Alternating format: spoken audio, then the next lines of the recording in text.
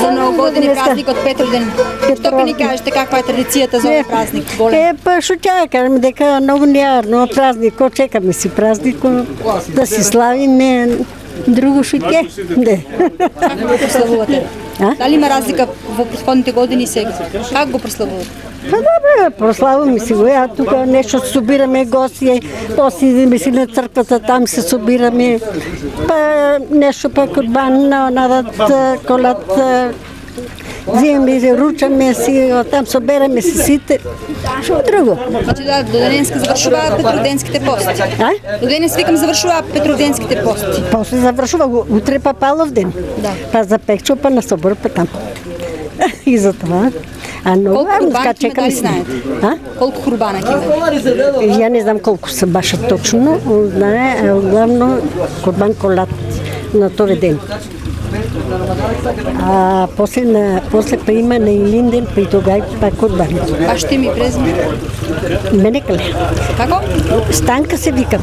Станка Трајановска. Помажова. Он е Спиро, да. Да, Јолија Трајановски. Колку за години? Јолија, јас сум 69. Дали сте у пензија? Јас сум у пензија, не? И двујцата сме пензионери. Колку време сте во пензија? Па 95-та година јас сум останала од работ. Вортирката работех тогај. После он остана по мене. Значи пензионер. И сега овде си живеете? Сега си живеем туа. А да ви по-убаво овде или? Многу не убаво тука. Многу не арно. Тука не е многу арно. Оти има зеленуга, вода, се си има, многу не арно. Тишина и многу ми, супер ми. И за това. Благодарам. Дали догледувате нешто? Дали догледувате нешто? Садите ли ниви? Садиме се. Што садите? Садиме и царевици, бопе, компир, градини, имаме фолии, имаме пипер, патлиџано, фолиите, се си садиме. Колку хектари? Колку хектари засадувате? Нема многу, ама ние освен си двојцата многу не работиме, повече работиме, по-немало. Имате и вода за наводнување? Ја од таа чешма. Од неа си вадиме и компир, градини се. чиста вода, природна. И за това. А си ми е много важно тук. Ама така на час ја ти возило, ама па се снајдем до Делчево, идеме до пари да не дадат која дава. И пензиите. И затоа идеме и пред децата да ги видим. Да, шо ќе това ми е на мен најарно, кога си идат децата си вида, зема парти си доа. Е, тука ми супер, и пчеличките се наши, се е гледам. Благодарим. Се има убаво. Добра. Само да си у село. Да. Ама ептен да не работи. Фали ми села, живеем и во град. Што ќе кажете на оваа изрека? Знаеш, ние много не садиме. Ние сме си од пензионери двојцата. Колку си посадим толку, колку имаш толку. Ама он си повече работи за това. Јас толку не мога да работя. Много сме болат такова. Ама ја па доматинка в кашли, ручок нешто друго, па миеш. Това? Това е работа. Така. Тешка работа. Ајде па. Ајде, благодарим.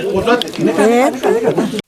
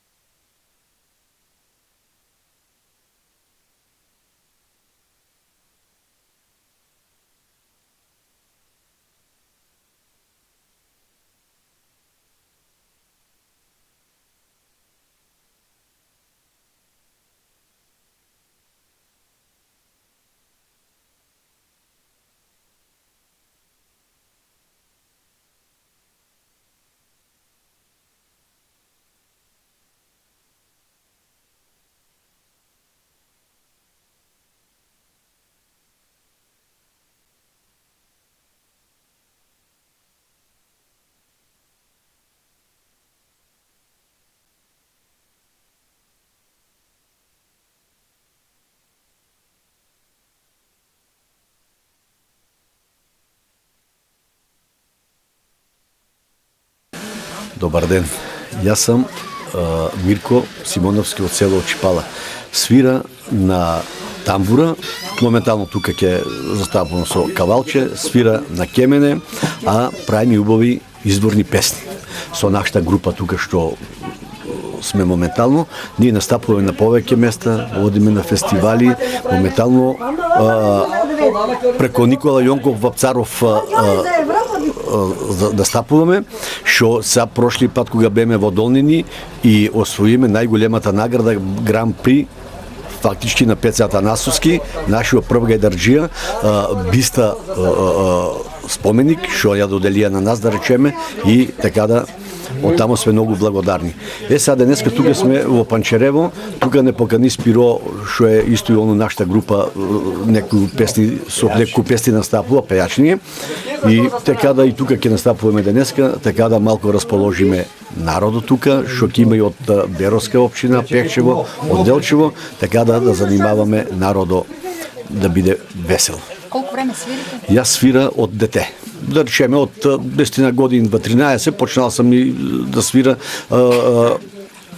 на сите тие што ги спомнах инструменти, тамбура, кемене и кавалче. Тоа е тоа, друго нешто што треба. Јас се викам Ивих Методија, село Биг за Сањазик.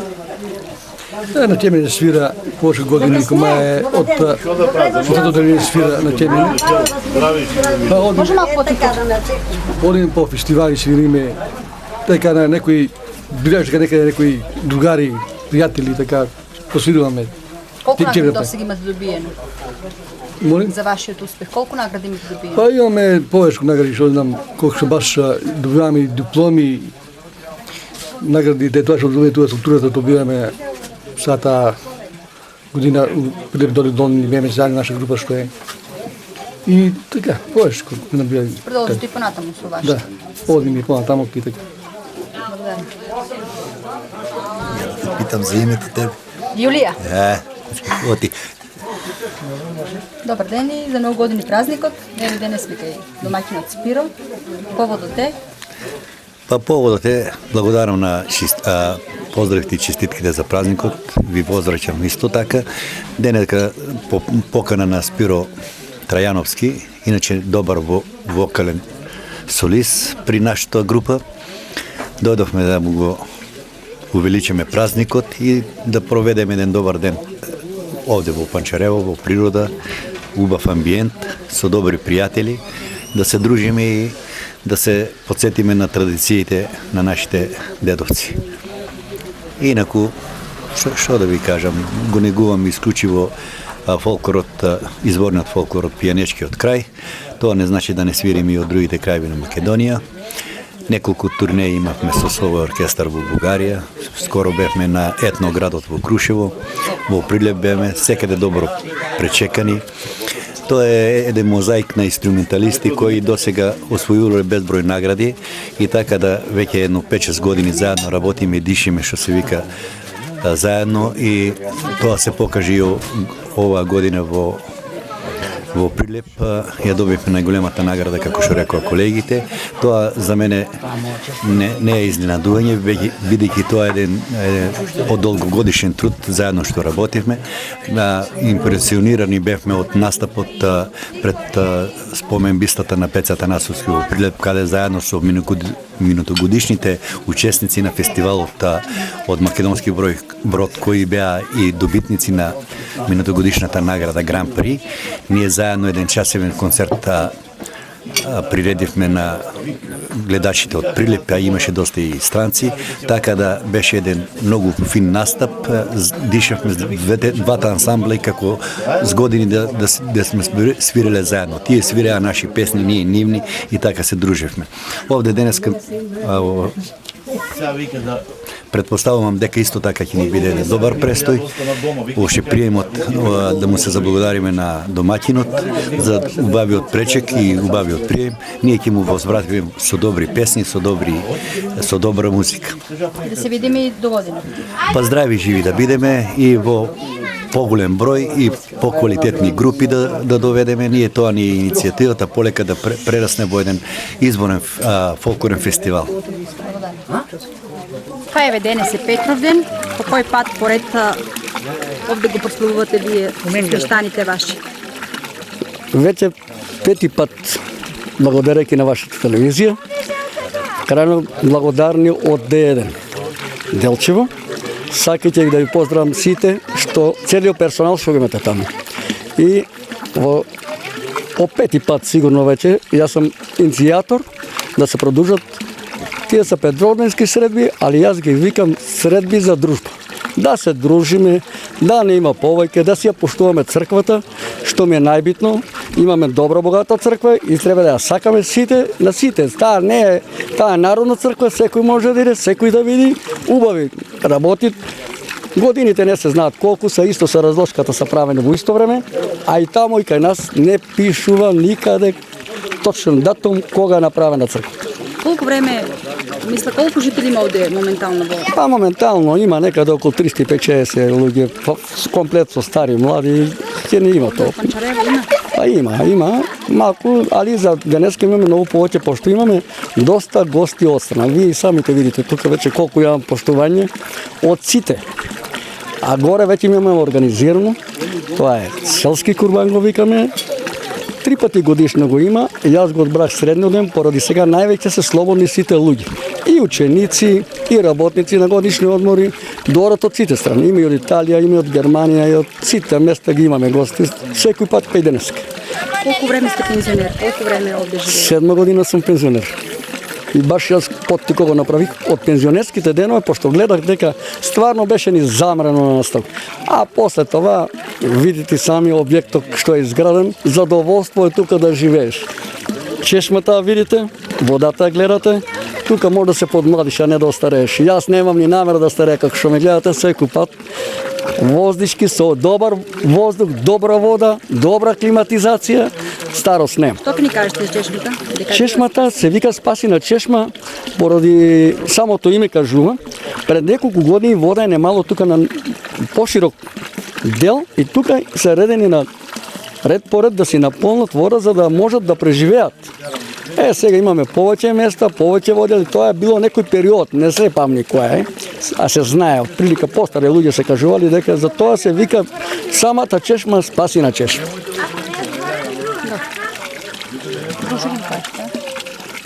Иначе се занимавам се многу малку, не, али земјоделие, колку да останеме нашата фамилија. Колку хектари? Па имам 2,5 хектара, имам сина слива, пола хектар, јонџе 1 хектар и тука градинарски култури одржаваме, цела фамилија се обезбедуваме со нашето присуство тука во село Панчарево. Еве гледам дека имате и пчелни семејства. Како се задоволни оваа година од Па да ви кажеме право до пред месец денове беме многу разочарани, сега сме преблагодарни. Ете баш немам време да извада да пробате. Друг пат. Значи има доволно мед?